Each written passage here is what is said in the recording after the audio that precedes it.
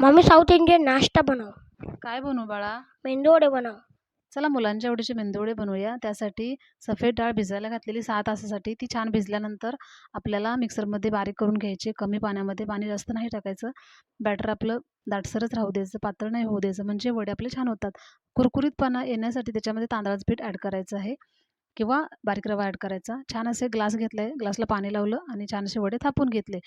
कढईमध्ये तेल ओतलं, तेल गरम झालं की एक एक वडा फ्राय करून घ्यायचा. मंद गॅसवरती आपल्याला फ्राय करून घ्यायचे वडे. फायनल लुक बघू शकता, एवढे सुंदर वडे तयार झालेले आहेत. त्यानंतर ओल्या नारळाची चटणीसुद्धा मी बनवलेली आहे. तर खूप सुंदर अशी चटणीसुद्धा तयार झाली आहेत. थोडं पीठ राहिलेलं त्याच्यामध्ये कांदा टाकला, त्याचे छोटे छोटे भजीसुद्धा तयार करून घेतलेले आहेत मी. खूप सुंदर असे वडे तयार होतात, खूप क्रिस्पी आणि क्रंची लागतात. बघू शकता, लुक छान असा आलेला आहे. आवडलं तर लाईक करा, नक्कीच. बघू शकता. हे की बाळा, कसे छान आहे झालेत? मम्मा, छान.